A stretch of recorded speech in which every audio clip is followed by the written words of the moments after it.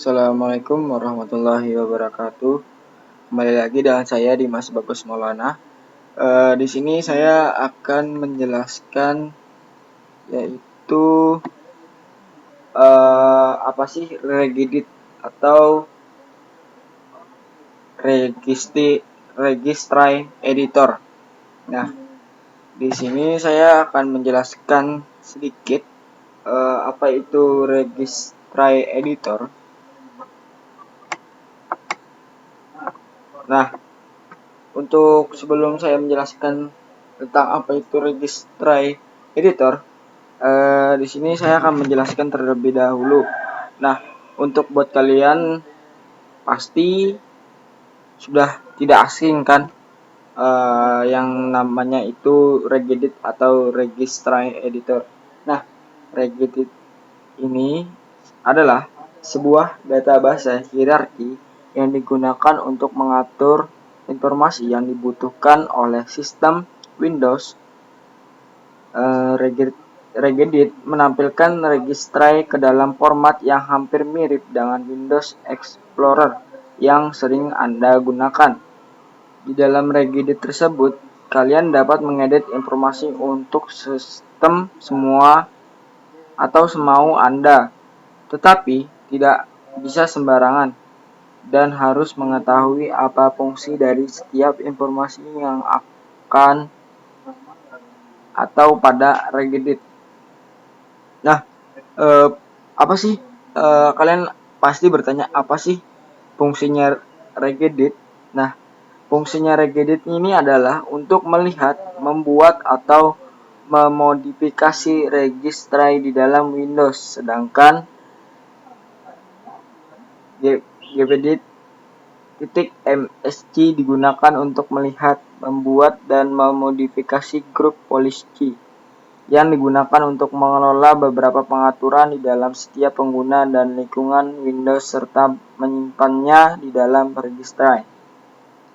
Nah, di sini ada beberapa struktur dari regedit. Nah, struktur registry ini agak mirip dengan struktur direktori dalam sistem berkas. Selain itu, registry juga dapat diakses dengan menggunakan sintaksis yang sama dengan cara mengakses berkas, dengan menggunakan karakter garis miring terbalik untuk menandakan tingkatan hierarkis. Susunannya adalah sebagai contoh my computer garis miring hky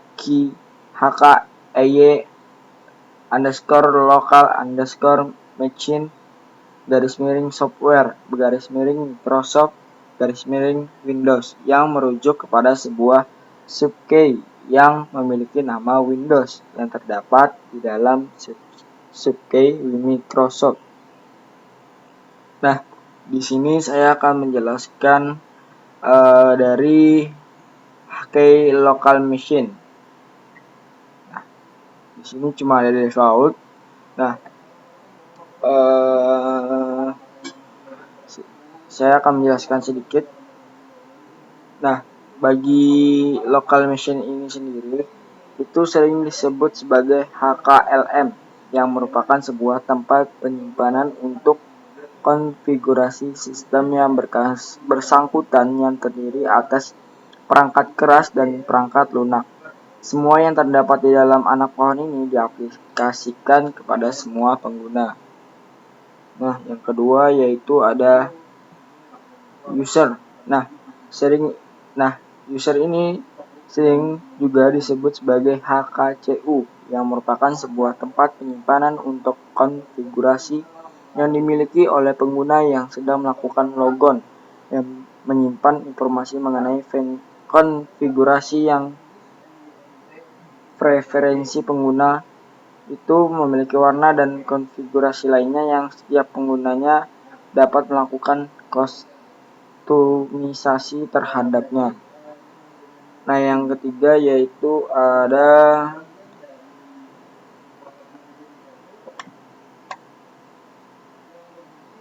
current config.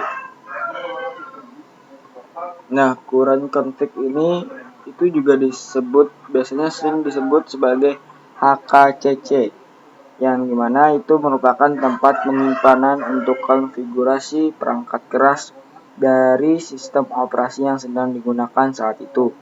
Nah, yang diperoleh pada saat proses booting itu dilakukan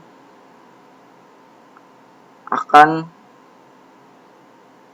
informasi yang disimpan itu bersifat volatil dan tidak disimpan secara permanen ke dalam berkas penampung registry, tapi akan selalu dibuat setiap kali proses booting dilakukan. Nah, ada lagi yaitu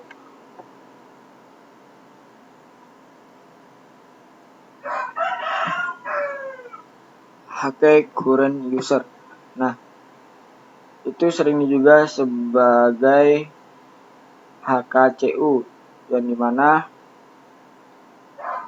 merupakan tempat penyimpanan untuk konfigurasi setiap pengguna yang terdaftar di dalam komputer yang bersangkutan, yang menyimpannya informasi mengenai konfigurasi preferensi pengguna itu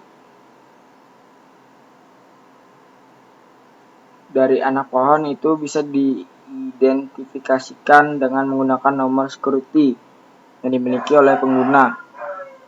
Nah, yang keempat ini yaitu ada class root. Nah, class root ini juga disebut sebagai HKCR, yang dimana merupakan tempat penyimpanan untuk konfigurasi asosiasi atau pemetaan ekstensi sebuah berkas atau objek linking and embedding atau OLE dengan aplikasi yang dapat menanganinya.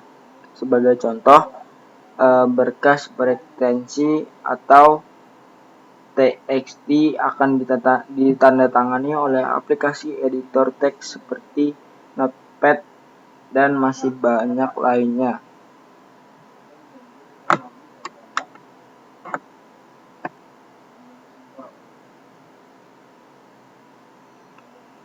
Banyak berbagai contoh untuk mengedit registry dan kegunaannya, yaitu yang pertama ada main disable atau CMD.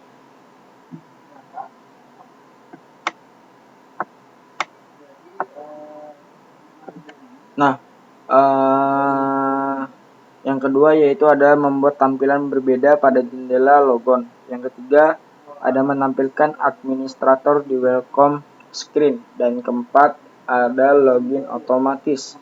Yang kelima ada membunyikan icon printer dan faxes dari start menu. Yang keenam mengganti wallpaper. Yang ketujuh ada mengganti namanya recycle bin. Yang ke-8 menyembunyikan recycle bin. Yang ke-9 yaitu menambah isi shortcut menu pada recycle bin. Yang ke-10 itu bisa menambah isi shortcut menu pada recycle bin dengan menu pilihan. Yang ke-11 yaitu ada mengembalikan folder dokumen yang hilang dari My Computer. Yang ke-12 yaitu menyingkirkan file storage dari My Computer. Yang ke-13 menyembunyikan My Recent Document. Dan yang terakhir menyembunyikan menu Find. Nah, masih banyak sebenarnya sih dari berbagai contoh untuk mengedit registry dan kegunaannya.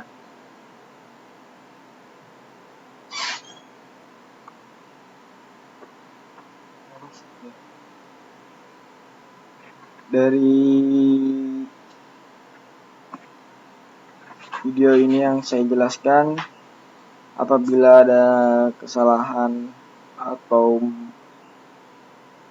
yang belum jelas, mohon maaf. Semoga bermanfaat dan selamat menonton.